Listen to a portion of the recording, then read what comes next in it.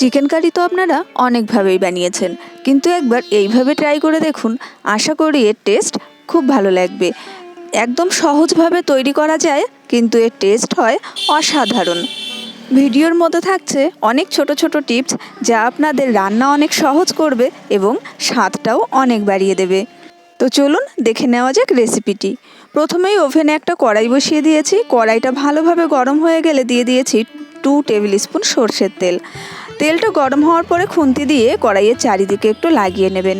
এতে করে কড়াইতে কোনো কিছু আটকে যাবে না, অর্থাৎ লেগে যাবে না, একটা ননস্টিকি লেয়ার তৈরি হয়।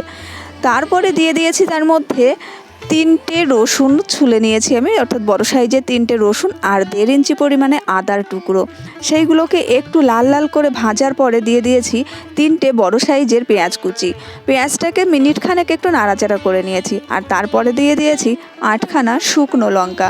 এই মশলাগুলো আমি কেন গোটা ভেজে নিচ্ছি এটা আপনারা একটু পরেই জানতে পারবেন। লঙ্কা দেওয়ার পরে একটু নাড়াচাড়া করেই আবারও দিয়ে দিয়েছি 1.5 চামচ গোটা জিরে। আবারও একটু নাড়াচাড়া করে দিয়ে দিচ্ছি গোটা গরম মশলা, দারচিনি, 2টো এলাচ, একটা লবঙ্গ আর 5-6টা শামরিচ। শামরিচ না থাকলে আপনারা গোলমরিচ দিতে পারেন। এরপরে দিয়ে দিচ্ছি 2টো কুচি করে রাখা টমেটো। এগুলো কিন্তু আপনারা আর একটু বড় বড় সাইজ করেও কেটে নিতে পারেন। এবার এই মশলাগুলো একটু লাল লাল করে ভেজে নেব। ভাজা হয়ে গেলে গ্যাসের ফ্লেম অফ করে আমি কড়াই সহ নামিয়ে রাখছি ঠান্ডা হওয়া পর্যন্ত। ঠান্ডা হলে ব্লেন্ড করে নিতে হবে। গরম অবস্থায় একদমই ব্লেন্ড করবেন না, এতে করে পোড়া পোড়া গন্ধ বেরোবে। মশলাটা একদম ঠান্ডা হওয়ার পরেই ব্লেন্ড করে নিতে হবে। এদিকে অন্য আরও একটা কড়াই বসিয়ে দিয়েছি।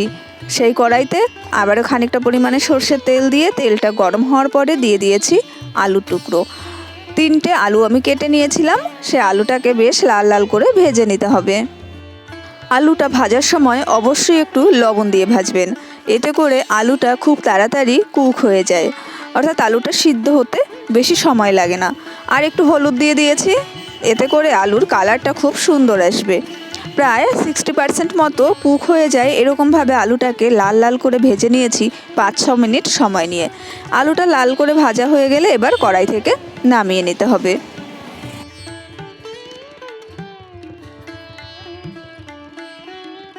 এবার এই একই কড়াইয়ের মধ্যে দিয়ে দিচ্ছি আরও 3 টেবিল স্পুন সর্ষের তেল। ফোড়নে দিয়ে দিচ্ছি 1/2 চামচ জিরে আর 2টো তেজপাতা মাঝখান থেকে চিড়ে দিয়েছি। ফোড়নটা একটু ভাজা ভাজা হয়ে যাওয়ার পরে পেস্ট করে রাখা মশলাটা দিয়ে দিলাম। যে ভেজে রাখা মশলাটাকে পেস্ট করে রেখেছিলাম, সেই পেস্ট করে রাখা মশলাটা দিয়ে দিচ্ছি। যেহেতু মশলাটা আগেই ভাজা রয়েছে, তাই এই মশলার মধ্যে তেমন জল নেই, এই জন্য তেলটা কিন্তু খুব বেশি ছিটবে না। এখন মশলাটা একটু নাড়াচাড়া করে নিয়ে দিয়ে দিচ্ছি কিছু গুঁড়ো মশলা। 1.5 চামচ ধনে পাউডার দিয়ে দিয়েছি, আর দিয়েছি 1/2 চামচ জিরে। এটা মনে রাখবেন, ধনে পাউডারটা কিন্তু আমি বেশি দিয়েছি, যেহেতু গোটা জিরে ব্যবহার করেছি মশলা বাটার মধ্যে, তাই জিরে পাউডার কম দিয়েছি। দিয়ে দিয়েছি সামান্য একটু মিট মশলা আর 1 চামচ মতো কাশ্মীরি রেড চিলি পাউডার, এটা একটু কালারের জন্য। দিয়ে দিচ্ছি 1 চামচের একটু বেশি হলুদ গুঁড়ো আর স্বাদ অনুযায়ী লবণ। লবণ এখানে প্রায় 2 চামচ মতো ব্যবহার করছি, আর পরে টেস্ট করে দেখব লবণের আর প্রয়োজন আছে কিনা। মশলার বাটি ধোয়া জলটা দিয়ে দিলাম, এতে করে গুঁড়ো মশলাগুলো পুড়ে যাবে না। অর্থাৎ গুঁড়ো মশলা যখন ব্যবহার করবেন তখন অবশ্যই একটু জল দিয়ে দেবেন। জল না দিলে গুঁড়ো মশলা পুড়ে যাওয়ার সম্ভাবনা থাকে, আর জল দিয়ে মশলাটাকে কষালে তাহলে গুঁড়ো মশলা পুড়ে যায় না, মশলাটা সুন্দর কষানো হয়ে যায়। তো তেল ছেড়ে আসা পর্যন্ত মশলাটাকে ভালোভাবে কষিয়ে নিতে হবে একটু সময় নিয়ে। মশলা যত ভালো কষানো হবে, চিকেন খেতে কিন্তু ঠিক ততটাই ভালো লাগবে। এখন এর মধ্যে দিয়ে দিচ্ছি আগে থেকে ধুয়ে জল ঝরিয়ে রাখা উইথ বোন চিকেন। আমি এখানে 1 কেজি চিকেন ব্যবহার করছি। মাংসটা আগে ধুয়ে জল ঝরিয়ে রাখবেন, এতে করে মাংসটা কষানোর সময় এক্সট্রা জল বেরোবে না।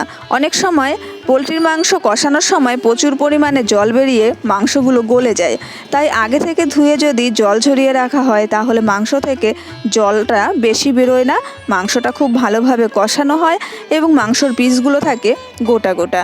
তো মশলার সঙ্গে ভালোভাবে চিকেনটাকে মিশিয়ে নিতে হবে, সমস্ত মশলার সঙ্গে যাতে চিকেনটা ভালোভাবে মিশে যায়।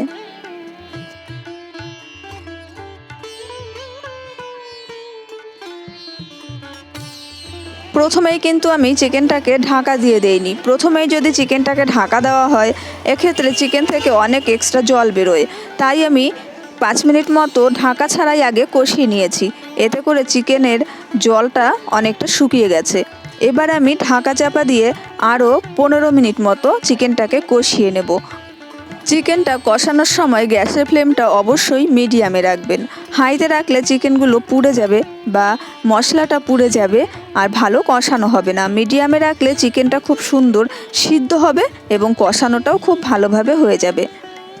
মাঝে একবার আমি ঢাকা চাপা খুলে একটু নাড়িয়ে দিচ্ছি, কারণ নিচে ধরে না যায়। আর এই সময় আমি অ্যাড করে দেব ভেজে রাখা আলুর টুকরোগুলো। আলুর টুকরোগুলো দিয়ে মশলার সঙ্গে আবারও ভালোভাবে মিশিয়ে নিতে হবে সমস্ত আলুগুলো মশলার সঙ্গে খুব ভালোভাবে মিশে যদি কষানো হয় তাহলে আলুর ভেতরে মশলাটা ভালোভাবে ঢোকে, আলুটাও খেতে ভীষণই ভালো লাগে। তাই আলুর সঙ্গে খুব ভালোভাবে এই চিকেনটা আর মশলাটাকে মিশিয়ে নিতে হবে। এখন ঢাকা চাপা দিয়ে আর মিনিট 5 মতো কষিয়ে নেব। তো দেখুন তেল ছেড়ে দিয়েছে, চিকেনটা কিন্তু খুব ভালোভাবে কষানো হয়ে গেছে। তবে একটু নাড়াচাড়া করে নেবেন, নিচে অনেক সময় একটু ধরে ধরে যায়, অর্থাৎ নিচে যদি একটু লেগে যায় তাহলেই বুঝতে হবে আর জল নেই, অর্থাৎ মশলাটা খুব ভালোভাবে কষানো হয়েছে, সেই সঙ্গে চিকেন এবং আলুটাও। এই সময়ে অ্যাড করে দিচ্ছি আমি ফোটানো জল, অর্থাৎ গরম জল ব্যবহার করছি। যে কোনো তরকারি রান্না করার সময় বা বিশেষ করে মাংসতে যদি গরম জল ব্যবহার করা হয় তাহলে মাংসর টেস্ট কিন্তু বেশি ভালো হয়। তাই এই চিকেন রান্না করার সময় অবশ্যই কিন্তু গরম জল ব্যবহার করবেন, একদমই ঠান্ডা জল ব্যবহার করবেন না। ঠান্ডা জল ব্যবহার করলে চিকেনটা অনেকটা শক্ত হয়ে যায়, আর গরম জল ব্যবহার করলে অনেক সফট থাকে এবং গ্রেভির টেস্টটা হয় ভীষণই ভালো। ঢাকা চাপা দিয়ে 15 মিনিট অপেক্ষা করতে হবে। 15 মিনিট বাদে কিন্তু আমার চিকেনটা একদম রেডি হয়ে গেছে। এখন যতটা গ্রেভি পাতলা মনে হচ্ছে এতটা পাতলা কিন্তু থাকবে না, ঠান্ডা হলে গ্রেভিটা আরও অনেক ঘন হয়ে যাবে। তো একটু নাড়াচাড়া করে নিয়েছি। এবারে ওপর থেকে দিয়ে দিচ্ছি 4টে কাঁচা চেরা লঙ্কা।